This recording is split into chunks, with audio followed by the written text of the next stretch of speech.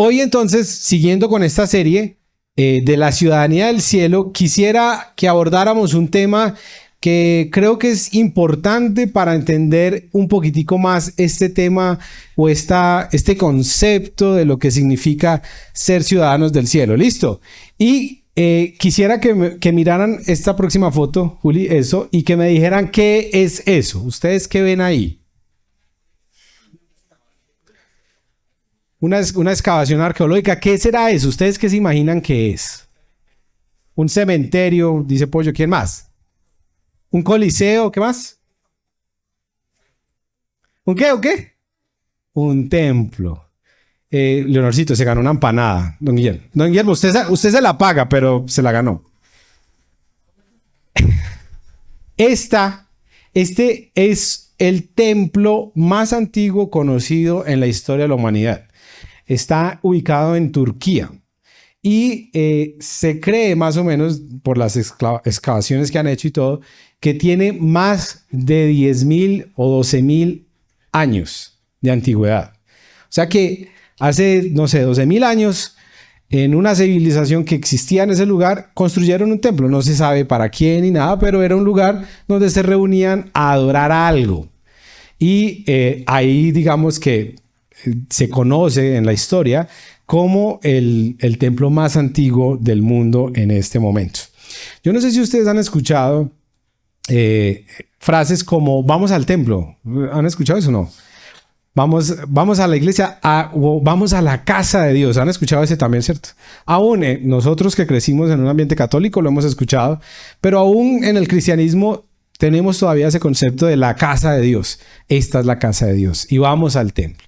Y hoy quisiera que habláramos un poquitico de este tema porque creemos que es importante entender lo que significa en realidad este concepto de templo. ¿Por qué es importante entender claramente lo que es el templo y por qué esto tiene que ver con nuestra ciudadanía en el cielo? Entonces quisiera que me acompañaran a un versículo muy cortico que está en 1 Corintios 3:16, que dice lo siguiente. Pablo está argumentando y está predicando y enseñándole a la iglesia de Corintios, y dentro de su, digamos, articulación de lo que dice o les hace esta pregunta en 1 Corintios versículo 16, y dice: ¿no se dan cuenta de que todos ustedes juntos son el templo de Dios y que el Espíritu de Dios vive en ustedes? En esta versión que me gustó dice lo siguiente: ustedes deberían saber que son el templo de Dios y el Espíritu de Dios vive en ustedes. ¿Ustedes sabían eso o no? Ustedes deberían saber que son el templo de Dios y el Espíritu de Dios vive en ustedes.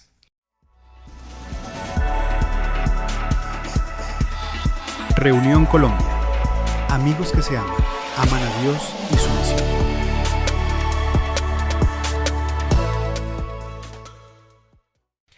En esta mañana quisiera compartir con ustedes, dentro de esta temática de Ciudadanos del Cielo, qué significa ser templos. Porque aún así, pues uno lee eso y dice: sí, yo sé que soy templo de Dios y el Espíritu de Dios habita en mí, pero seguimos usando frases o imágenes de no, es el templo, o esa es la casa de Dios, o este es el lugar donde Dios habita.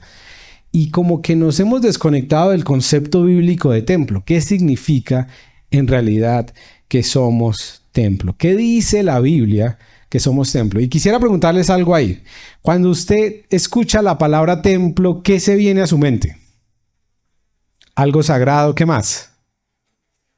Una edificación. Un lugar. ¿Un qué? Un lugar. ¿Qué más? Algo pristino, inmaculado, ¿cierto? Hermoso. Como unos vitrales de colores, ¿cierto? Una cosa. Ese es el templo. Y pues la Biblia tiene un concepto un poquitico diferente frente al templo. Y quisiera entonces que miráramos algunas cosas que son importantes frente a esto que la Biblia nos enseña de qué es ser templo. Y les voy a pedir un favor, que traten de estar concentrados en lo que voy a decir, porque voy a tratar de explicar un poquitico digamos, o hacer un resumen desde Génesis hasta Apocalipsis en este concepto de templo. Listo. Así que si están escribiendo, háganlo, o si no, presten mucha atención porque voy a tratar de hacer una historia de lo que la Biblia dice acerca del templo. Y lo primero que tengo que decir es que los templos no son diseños de Dios. Dios no diseñó el templo, o no está dentro del diseño original de Dios.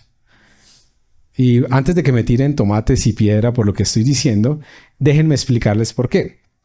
Los templos no estaban en el diseño original de Dios. Si ustedes miran, por ejemplo, Génesis, nos cuenta que el Señor creó el mundo y en ese mundo que Él creó había templos, ¿sí o no? No. Y si ustedes leen Apocalipsis, al final, el autor de Apocalipsis dice algo muy interesante, y es que en esa nueva creación, Él vio que no había algo, ¿y era qué? Que no había templo. Entonces, esto para darnos a entender a nosotros que dentro del diseño de Dios, de la humanidad, los templos no eran necesarios. ¿Por qué? Ni van a ser necesarios en la nueva creación. ¿Por qué? Porque Dios habitaba en medio de todo. No había necesidad de un lugar donde Dios, digamos, habitase. ¿Sí o no? Pero a raíz del pecado y a raíz, digamos, de la separación que el ser humano toma frente a Dios y las consecuencias del pecado, pues generan que haya esa separación entre la humanidad y Dios. Y ahí entonces muchas culturas, como esta que vimos en la imagen del inicio, empezaron a formar esa idea de tenemos que tener un lugar donde nos podamos conectar con Dios. El ser humano fue creado para conectarse con Dios. El ser humano fue creado para estar con Dios. Y como había esa separación por el pecado, pues el ser humano, en su inteligencia, decide hacer lugares donde pueda conectarse, reconectarse con Dios. Y entonces, de alguna manera, empiezan a surgir los templos. Por eso ese templo, si uno piensa en la historia bíblica, este templo fue construido mucho, digamos, o más o menos paralelo o un poco antes de las primeras historias que tenemos nosotros en la Biblia. Por ejemplo, de Abraham. Abraham se cree que más o menos estamos hablando de unos 6,000 u 8,000 años antes de Cristo. Y estamos hablando de un templo que fue construido unos 4,000 años antes. Entonces el ser humano tiene esa necesidad de reconectarse con Dios, y pues hay que hacer un lugar sagrado donde podamos conectarnos con cualquier divinidad o cualquier Dios en el que creamos en ese momento. Entonces no fue iniciativa de Dios crear un templo, porque el Señor habitaba con nosotros, pero a raíz del pecado hay una desconexión con el resto del ser humano y con Dios, y entonces se crean, digamos, esos lugares. Pero la Biblia nos cuenta que Dios decide acercarse al ser humano, y eso es lo que hace el Dios de la Biblia diferente a cualquier Dios que hayan existido en la historia. Y es que el Dios de la Biblia decide acercarse al ser humano, y decide acercarse a través de un tabernáculo, una especie de templo. Poco a poco Dios empieza a acercarse al ser humano, y entonces se acerca a un hombre. ¿A cuál hombre es al que Dios escoge para decir voy a empezar un desarrollo de salvación para la humanidad? Abraham. Y se le acerca a Abraham y le habla a Abraham y le dice: voy a hacer de ti una nación. Y esa nación va a ser diferente a todas las naciones del mundo, porque en esta nación voy a habitar en medio de ellos. Lo que el Señor le dice a Abraham es: lo que va a ser diferente de ustedes, de cualquier pueblo, es que yo mismo, el Dios, el creador de los cielos y la tierra, voy a habitar en medio de ustedes. Y entonces Dios decide habitar en medio de un pueblo. Y esa es la historia, parte de la historia del Antiguo Testamento. Si ustedes leen, por ejemplo, libros como Éxodo o Levítico, por ejemplo, Levítico es un libro, ¿cómo lo digo para que no suene mal? Pero puede ser un libro muy aburridor de leer, porque son puras medidas. ¿Sí las han visto? Y debe medir tanto. Es un libro donde el Señor le está diciendo a Moisés: el tabernáculo, que es ese lugar donde yo voy a habitar, tiene que tener estas especificaciones. Y el Señor es muy detallado, y todo el libro de Levítico es eso, los detalles de cómo debía ser el tabernáculo. Y uno lo lee y uno dice: pero esto es tan aburrido, ¿cierto? Pero es un libro muy interesante, porque piensen en esto: el Dios que habita en el cielo, digamos en en su presencia, decide habitar en la tierra y meterse, digamos, introducirse en la humanidad. Y ese libro lo que le está diciendo a Moisés es: en la tierra, en medio de ustedes va a haber un pedacito de cielo. Por eso he titulado esta enseñanza Pedazos de cielo, porque el tabernáculo es como un pedacito del cielo. Y por eso los detalles que el Señor le da a Moisés son tan claros y le dice: tiene que ser así, así, así. Hay un lugar santo, hay un lugar santísimo, tiene que ser cuadrado, perfecto, adentro. Bueno, unos detalles increíbles. Porque lo que el Señor le está diciendo aquí a Moisés es: voy a habitar en medio de ustedes. Va a haber un pedazo del cielo en la tierra. Y ustedes pueden leer eso, por ejemplo, en libros como Éxodo o Levítico, donde el Señor empieza a hablarle al pueblo de esa manera. Entonces, el tabernáculo del Antiguo Testamento, para que, digamos, lo tengamos así como claro, era un pedacito de cielo acá en la tierra. Eso es lo que era el tabernáculo en el Antiguo Testamento, que era más o menos parecido, pues esto es pues no es una foto, obviamente, pero es un dibujo de cómo era el tabernáculo del Antiguo Testamento. Aquí el pueblo habitaba y literalmente Dios habitaba en medio de ellos. Ahí estaban las 12 tribus de Israel y ese era el tabernáculo. Y cuando la nube, que era la presencia de Dios, estaba ahí, pues ellos se quedaban quietos.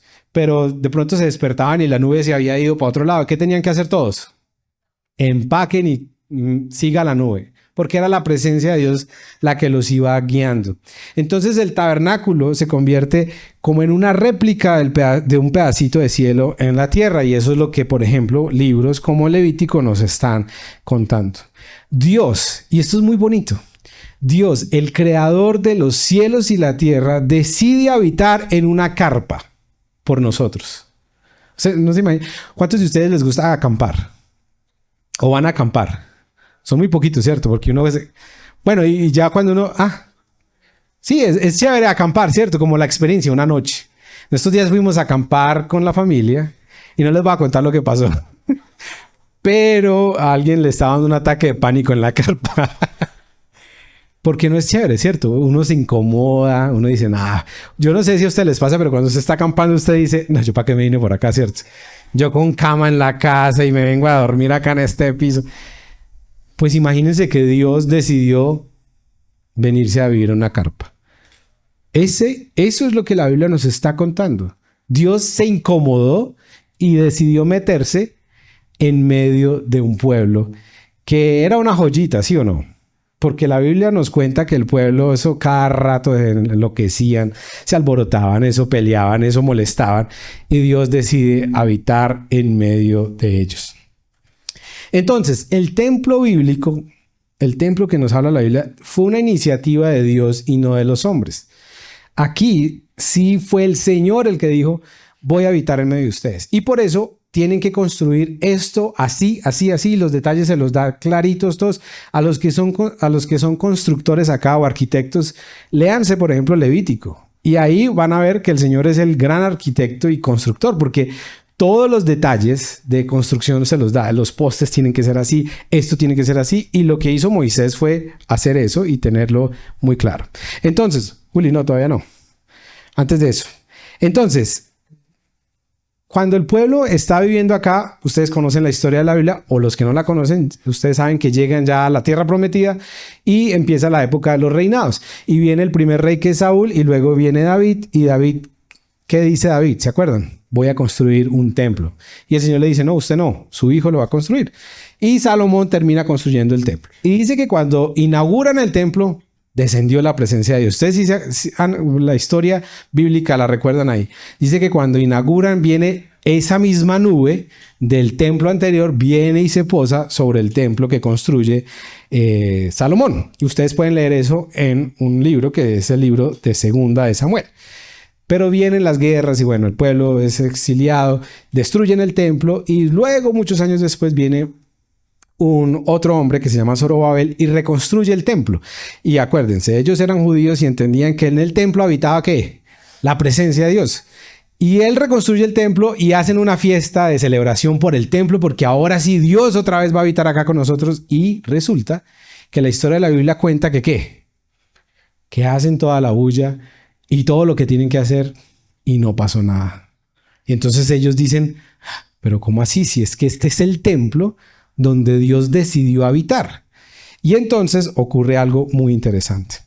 Aparece un profeta que se llama Ezequiel. En la Biblia hay un libro que se llama Ezequiel. Y Ezequiel les dice al pueblo, les dice, miren, Dios, el templo no era el lugar donde Dios había decidido habitar. Y no va a habitar más en templos. Va a llegar un momento donde va a ocurrir algo increíble. Y es que Dios ya no va a habitar en un lugar, sino que va a construirse templos de carne y hueso. Eso lo predice o lo profetiza Ezequiel.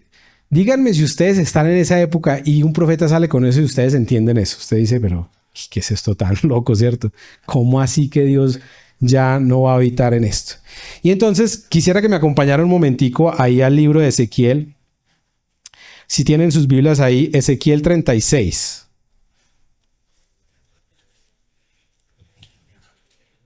Sí. Ezequiel 36, versículo 25 y 27. Y mire lo que dice Ezequiel en el versículo 25. Está profetizando algo que él no ve, pero él dice, eso va a pasar en algún futuro. En algún momento esto va a suceder. Y dice lo siguiente: entonces derramaré agua pura sobre ustedes y serán limpios de todas sus impurezas. Les daré un corazón nuevo y quitaré ese corazón de piedra y pondré uno de carne. Y miren esto: pondré mi espíritu, la presencia, esa nube que estaba en el tabernáculo, dice, pondré mi espíritu en ti. Lo haré para que vivas por mis leyes y para que obedezcas mis reglamentos. Ahí el Señor promete y dice, estoy haciendo algo que ustedes no entienden todavía. Y entonces empieza la promesa del Antiguo Testamento de decir, Dios va a decidir habitar ya no en un lugar. Y por eso viene Jesús, que es el cumplimiento de esa promesa. Y si ustedes me acompañan ahí un momentico a Juan, el libro de Juan, capítulo 2, versículo 19, pues ocurre algo muy interesante. Pueden leerlo ustedes ahí. Pero Jesús va caminando con los discípulos y los discípulos, la gloria de cualquier judío del primer siglo era ¿qué? El templo de Herodes. Porque duraron como 50 años construyendo ese templo y era un lujo. O sea, era una cosa, digamos que era lo que ellos mostraban al mundo de su poderío. Aunque eran igual, estaban sometidos a Roma y eran esclavos y todo. Pero ellos conservaban su religión, conservaban su prestigio, digamos, como pueblo escogido de Dios, y tienen un super templo. Y los discípulos van caminando con Jesús y entonces le dicen, Señor, mira la gloria del templo. O sea, mira la belleza. ¿Y qué les dice Jesús ahí? Les digo que eso va a destruirse y que en 3 días se va a reconstruir. Piensen en ellos mirando a Jesús y le dicen, pues si esto lo construimos en 50 años, ¿cómo me va a decir usted que en 3 días lo va a reconstruir? Pero Jesús está hablando ¿de qué? De otro templo. ¿Sí o no? Entonces, esto para compartir con ustedes 3 conclusiones frente al tema del templo. Ahí sí, Juli. La primera es que el templo bíblico fue iniciativa de Dios, un lugar donde Dios decidió habitar en medio del pueblo. O sea, Dios es el que decide habitar en medio de la humanidad. No fue que el pueblo hizo el templo o hizo un tabernáculo para que Dios habitara con ellos. No, Dios es el que le dice a Moisés, constrúyeme esto con estos detalles porque he decidido habitar con ustedes, ¿sí? Pero lo segundo que nos enseña la Biblia es que el templo era un lugar donde lo humano y lo divino se encontraban. Un pedacito de cielo en la tierra. El tabernáculo, el templo era un lugar donde el ser humano y lo físico, lo humano, se conectaba con lo sobrenatural de Dios. Por eso ellos veían la presencia de Dios en forma de una nube y ellos entendían que en ese lugar había como digámoslo así, como una intersección de lo humano con lo divino. En ese lugar, el templo era el lugar donde lo humano y lo divino se juntaban. Y la Biblia nos cuenta, y esta es la tercera conclusión, que Jesús cumple con su muerte y resurrección con la promesa de un nuevo templo. Entonces, ya no es un lugar, sino que en Jesús comienza una nueva era para la humanidad, y es que ya el templo no es físico, digámoslo así, ya no es un edificio, ya no es construido, sino que el templo es ¿qué? De carne y hueso. Y esto es una cosa que, digamos que tiene uno que masticarla un poquitico más, ¿sí o no? Y vamos a masticarla un poquitico acá entre todos. Yo tengo un amigo que estudió, bueno, no estudió conmigo, pero digamos que estuvo en el seminario en Canadá de la India. Y él, él fue a estudiar a Canadá como yo.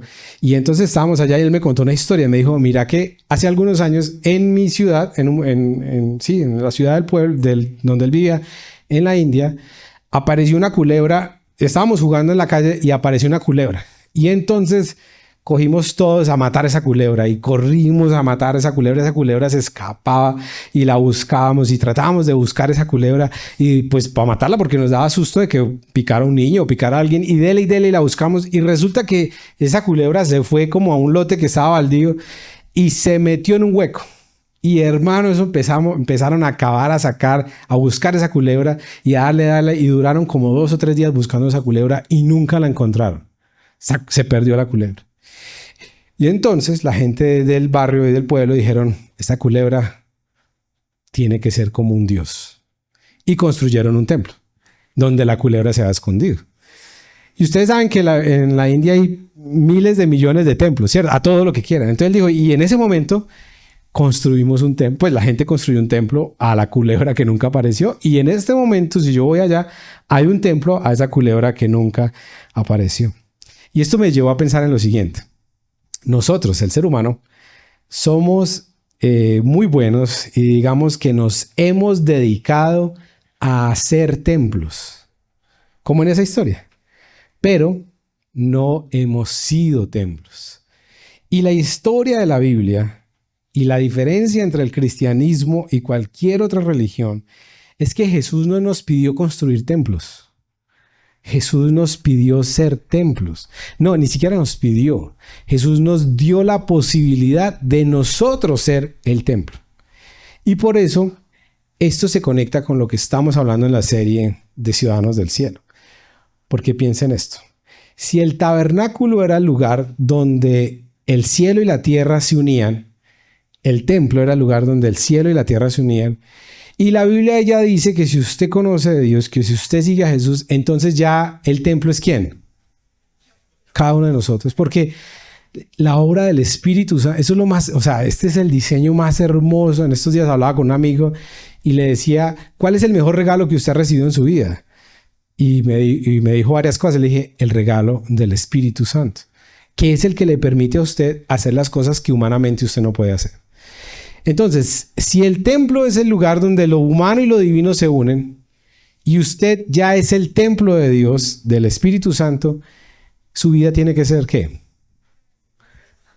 Un pedacito de cielo acá en la tierra. Su vida tiene que ser una vida donde lo humano, que es normal, y lo ¿qué? Y lo divino se conectan. ¿No les parece esto increíble? O sea, ¿no les parece una cosa que uno dice, pero uy, ¿cómo así? Y aún en el cristianismo nosotros nos hemos dedicado a hacer templos. Desde la Iglesia Católica hemos hecho templos, catedrales, templos, lugares donde nos reunimos y pensamos que ese es el lugar donde Dios habita. Por eso seguimos usando términos como vamos al templo o está la casa de Dios. Pero la Biblia no nos dice eso. La Biblia dice que ya usted es el templo, que usted es la casa de Dios, que Dios decidió habitar a través de su Espíritu Santo en usted. Y entonces la cosa cambia, ¿sí o no? Porque a veces es más fácil separar esto y a veces es más fácil uno hacer esa desconexión. Porque es más fácil decir Dios habita allá y cuando voy allá pues estoy con Dios, pero ya cuando usted dice es que Dios habita en mí y las decisiones, lo que digo, lo que hablo, lo que soy, pues es que soy casa de Dios. Y creo que ahí es donde ha estado la desconexión del cristianismo, de todos nosotros, porque no hemos entendido este concepto de que somos casa de Dios, de que somos templo de Dios. Por eso Pablo les recuerda en Corintios y les dice, ¿es que acaso ustedes no saben que ustedes son casa de Dios? Y Pablo está hablando ahí en Corintios de unos temas morales que ellos estaban teniendo como iglesia. Y les dice, a ustedes se les olvida que es que son templo de Dios, que Dios habita en ustedes. Y eso es lo que a nosotros hoy el Señor nos está recordando. Así como en el templo o en el tabernáculo de la Biblia se fusionaban lo humano y lo divino, eso pasa con usted.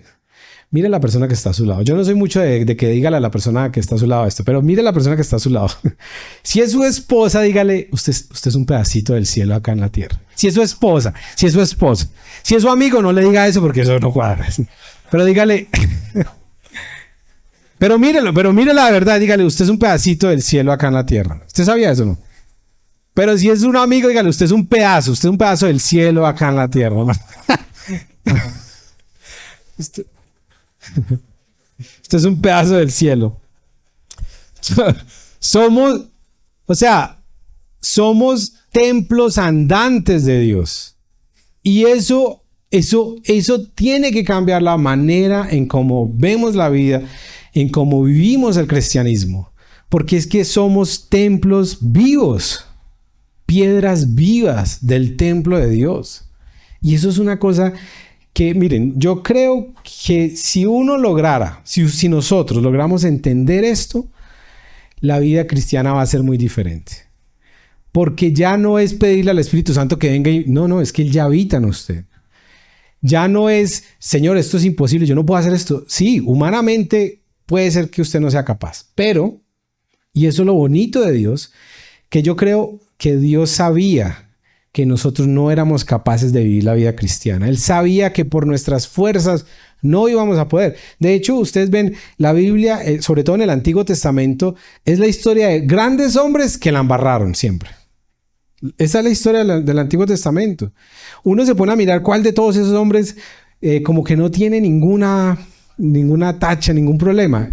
Y hay muy poquitos, la verdad. De pronto uno, Daniel, pienso yo, pero el resto todos la embarraron. El mismo Moisés, que es el que les da la ley y él no entra a la tierra prometida porque la embarró, porque cometió un error. Y esto no es que Dios estaba feliz jactándose de que los estaba, descalificando por la ley. No. Lo que el Señor está diciendo en el Antiguo Testamento es, por más de que ustedes quieran, no van a poder, porque humanamente es imposible. Ustedes necesitan ayuda, ustedes necesitan alguien que les ayude para poder vivir la vida cristiana diferente.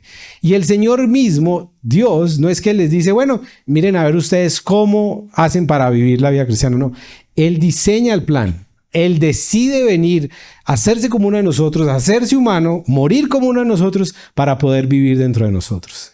Por eso es que la Biblia es la historia de un Dios que nos amó tanto, que se hizo como nosotros para que nosotros pudiéramos ser como Él. Y que su Espíritu Santo pudiera habitar en nosotros. Ahora, ¿cómo afecta esto? Si usted entiende esto, de que usted es templo, de que Dios habita adentro de usted, de que ya no es un lugar por allá alejado, sino que es usted el templo de Dios, ¿cómo afecta eso su diario vivir? ¿Cómo debería afectar esto el día a día suyo? La pregunta que yo me hice mientras estaba estudiando esto es, ¿será que la gente, mi esposa, mis hijos, la gente que me conoce, ve en mí esa fusión de lo humano? Porque esa es la otra. A veces hemos pensado que no, pues es que yo ya no soy humano, yo ya soy, como decía el mono en estos días, no, yo ya no soy del mundo, yo ya vivo como en otro... como la que habla alienígena, pero entonces nosotros ya hablamos de otras cosas, ¿cierto? Se conecta por allá con otras cosas. Nosotros ya somos de otra dimensión y no, yo ya no soy tan humano. No, nosotros somos realmente humanos. Y lo que hizo Jesús fue hacernos más humanos, pero a la vez con la capacidad de estar conectados en lo espiritual con Él. Y la pregunta que me dices, ¿será que la gente ve en mí mi humanidad, pero también esa espiritualidad, ese cielo en mí, a través de lo que yo hablo, a través de lo que digo, a través de cómo me comporto. La gente que me conoce ve en mí esa conexión de Dios. Ahora, no es la perfección, ni van a ver eso, porque igual seguimos siendo humanos. Pero sí se tiene que ver cada vez más una vida más celestial, digámoslo así. Algo que se ve diferente, algo que sabe diferente, algo que muestra a los demás que ahí en esa persona se conecta lo humano y lo divino. Porque esa persona hace cosas que no son humanas, hace cosas que solamente provienen del Espíritu de Dios. Entonces, ¿esto qué tiene que ver con nuestro diario vivir? Porque esto es un concepto que yo los animo a que lo sigan, digamos, buscando o sigan, si no lo entiende muy bien, hable con nosotros y miramos y le ayudamos y digamos que siga investigando qué significa que Dios habita en usted. Es algo que es crucial para la vida cristiana, que el Espíritu de Dios decidió habitar dentro de usted. Y si usted de verdad es un discípulo de Jesús, usted tiene que tener toda la convicción de que el Espíritu Santo habita en usted. ¿Amén? ¿Usted sabe eso o no? Dios habita en usted. Ahora, ¿cuáles son las implicaciones para el diario vivir? ¿Esto para qué? O sea, ¿qué tiene que ver esto con mi vida?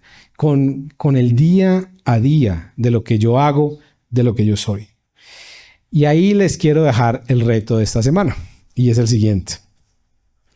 Piensen esto. Si quiere, escríbalo, pero piénselo. Esta semana ore pidiéndole al Espíritu Santo, a Dios, a ese Espíritu que habita en usted, que le ayude en una debilidad que usted tenga, en algo que usted dice, yo no soy capaz de hacer esto. O sea, humanamente yo no soy capaz. Nunca he sido capaz. Ustedes han escuchado cuando alguien dice, no, hermano, es que yo toda la vida he sido así.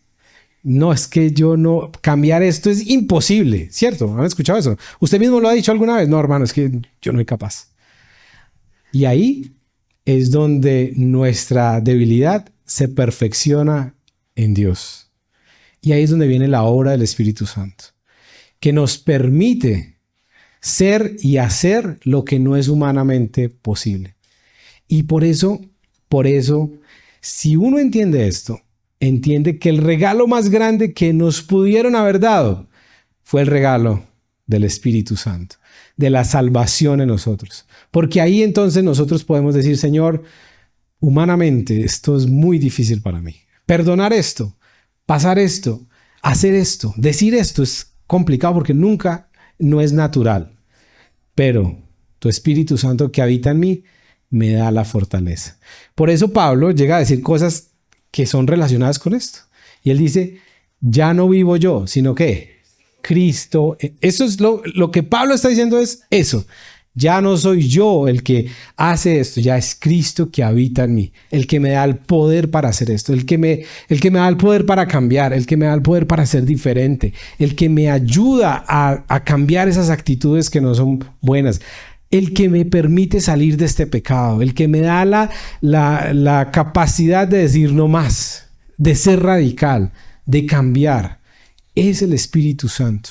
Por eso ese es el regalo más maravilloso del mundo. Y por eso es ahí donde lo humano con lo divino se conectan. Y donde entonces podemos empezar a vivir una vida del cielo aquí en la tierra. Amén.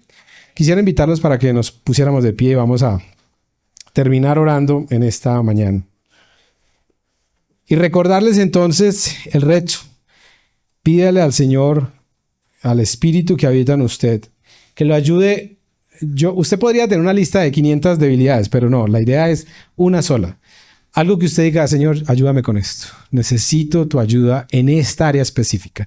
Y quisiera invitarlos para que ahí donde están, cierren sus ojos y piensen por un minuto, por un segundo, en la obra del Espíritu Santo en sus vidas. ¿En qué significa que usted es un pedazo del cielo acá en la tierra? ¿En qué significa que el templo ya no es un lugar, un edificio que construimos? Que la presencia de Dios no está limitada a un espacio, sino que Dios en su maravilloso diseño para la humanidad, desde el inicio de la creación, había decidido habitar a través de su Espíritu Santo en medio de nosotros, para poder así entonces vivir la vida cristiana. Ahí donde está, dígale: Señor, ayúdame a entender esto. Ayúdame a entender lo que significa la realidad de que tú decidiste habitar en mí. Y yo quiero animarlo para que ahí donde está, si quiere levantar sus manos y decirle: Señor, esta es mi lucha, esta es mi debilidad. Este es el lugar donde el cielo todavía no se evidencia en mi vida. Pero quiero pedirte que me ayudes. Quiero pedirte que me fortalezcas. Quiero pedirte que me permitas vivir la vida cristiana que tú quieres que yo viva. Señor, humanamente yo veo esto imposible. Humanamente yo veo que no puedo, que no soy capaz. Pero Señor, hoy descanso en la obra del Espíritu Santo, en la obra que tú hiciste por mí en la cruz y que me da vida hoy. Y que puedo, Señor, hoy decir: soy templo de Dios. Dígale ahí con sus palabras al Señor: Señor, yo soy tu templo. Dígale: Señor, soy tu templo. Permite que sea un templo donde tu presencia sea glorificada, donde se evidencie lo eterno y lo físico y lo natural, Señor. Que a través de mis palabras, a través de mi vida, yo pueda mostrar que soy un lugar donde tú estás trayendo un pedacito del cielo aquí a la tierra. Que en mi trabajo, que en mi casa, que en el estudio, que donde quiera que yo esté, Señor, pueda traer el cielo aquí a la tierra, Señor. Pueda mostrar que soy un ciudadano del cielo a través de la obra del Espíritu Santo. Señor, y yo oro en esta mañana por aquellos acá, Señor, que están luchando con alguna actitud, con algún pecado, con algo que no te agrada, Señor. Que este sea el momento en el cual puedan encontrar las buenas noticias del Evangelio. Este es el centro, el corazón del Evangelio, en que tú decidiste habitar en nosotros para poder darnos vida, para darnos la capacidad de vivir la vida cristiana diferente, Señor. Para permitirnos vivir en libertad, en abundancia, Señor. Yo te pido que tú ayudes a cada uno de mis hermanos en medio de sus dificultades, en medio de sus luchas, Señor. Y oro por esta semana, Señor, que esta semana podamos vivir la vida cristiana, ser templos donde quiera que vayamos. Que esta semana seamos piedras vivas, templos vivos de tu presencia donde quiera que estemos, Señor. Que podamos ver la vida desde otra perspectiva. Y que podamos reflejar, Señor, el cielo aquí en la tierra a través de lo que hacemos, a través de nuestro trabajo, a través de nuestras familias, a través de lo que somos, Señor. Que podamos reflejar el cielo acá en la tierra. Señor, bendice a mis hermanos esta semana. Bendícenos, Señor. Que podamos vivir la vida que tú quieres que vivamos. Que podamos, Señor, caminar como tú quieres que caminemos. Que podamos, Señor, disfrutar de tu presencia como tú quieres que la disfrutemos, Señor. Y que en todo lo que hagamos, dígale al Señor: Señor, que la obra de mis manos, que mi trabajo, que mi familia, que lo que yo hago, Señor, que mis sueños y mis anhelos, Señor, sean parte de lo que tú quieres que yo sea. Que sea trayendo gloria a ti y trayendo el cielo aquí. Que yo pueda ser un ciudadano del cielo en esta semana. En el nombre de Jesús te bendecimos, te adoramos y te damos gracias por tu amor y tu misericordia. Amén, amén, amén. Démosle un aplauso al Señor por su misericordia. Vamos a cantar esta canción juntos.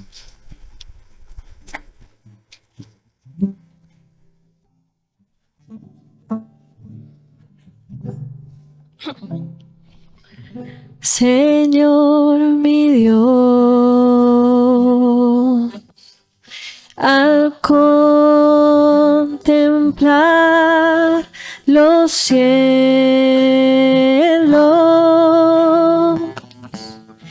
el firmamento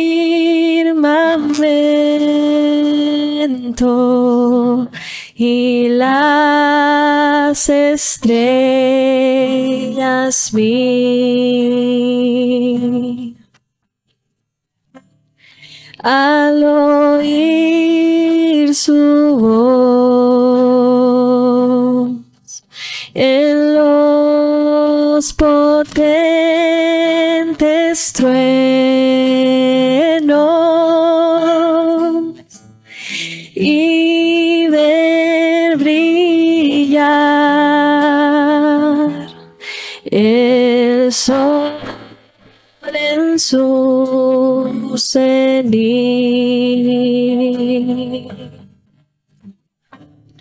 Mi corazón entona la canción. Cuán grande es Él.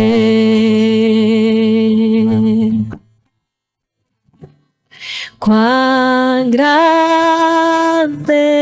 es Él. Mi corazón entona la canción.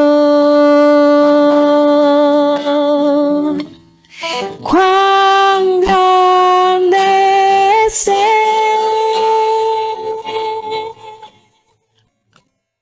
Cuán grande es Él. Al recorrer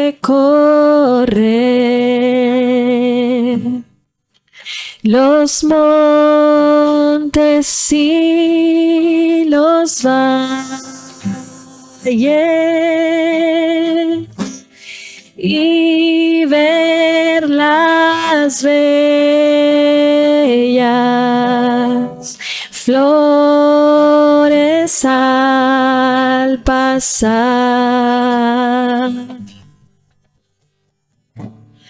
Al escuchar el canto de las aves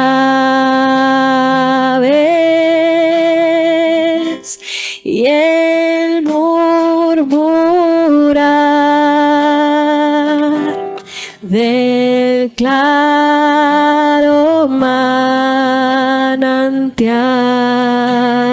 Mi corazón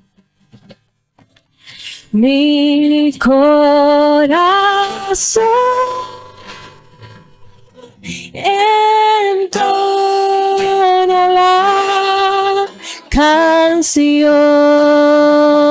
Cuán grande es Él. Cuán grande es Él.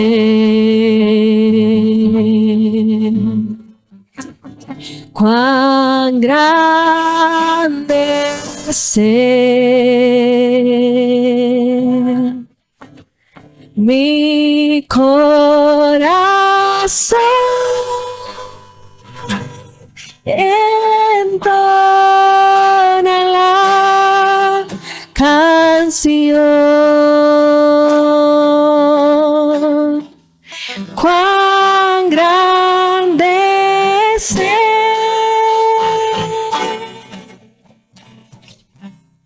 Cuán grande es Él.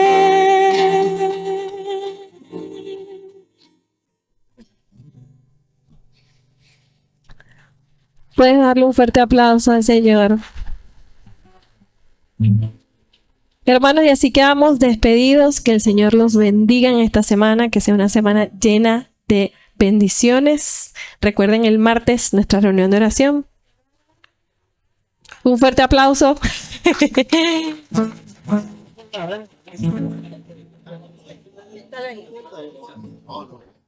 Yo soy testigo. Ok, dale.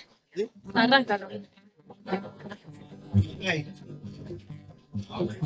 Yo soy testigo del poder de Dios, por el milagro que Él ha hecho en mí. Yo era ciego y ahora veo la luz gloriosa que me dio Jesús. Yo soy testigo del poder de Dios, por el el milagro que Él ha hecho en mí. Yo era ciego y ahora veo la luz gloriosa que me dio Jesús. Nunca, nunca, nunca me ha dejado, nunca, nunca me ha desamparado. En la noche oscura o en el día de prueba, Jesucristo nunca me desamparará. Nunca, nunca, nunca me ha dejado, nunca, nunca me ha desamparado. En la noche oscura o en el día de prueba, Jesucristo nunca me desamparará. Ahora vivo alegre cantándole al Señor, ahora vivo alegre cantándole al Señor. Mi vida peregrina muy pronto pasará, y alegre con los ángeles mi alma cantará. Ahora vivo alegre cantándole, ahora vivo alegre cantándole al Señor. Mi vida peregrina muy pronto pasará, y alegre con los ángeles mi alma cantará. Bendito sea Jehová la roca por toda la eternidad. Mi escondedero y mi refugio, eres tú mi bendito Jehová. En tu palabra esperaré y mi confianza en ti pondré. Oh, gloria, aleluya. Amén, amén, amén, amén. Oh, gloria, aleluya. Amén, amén, amén, amén.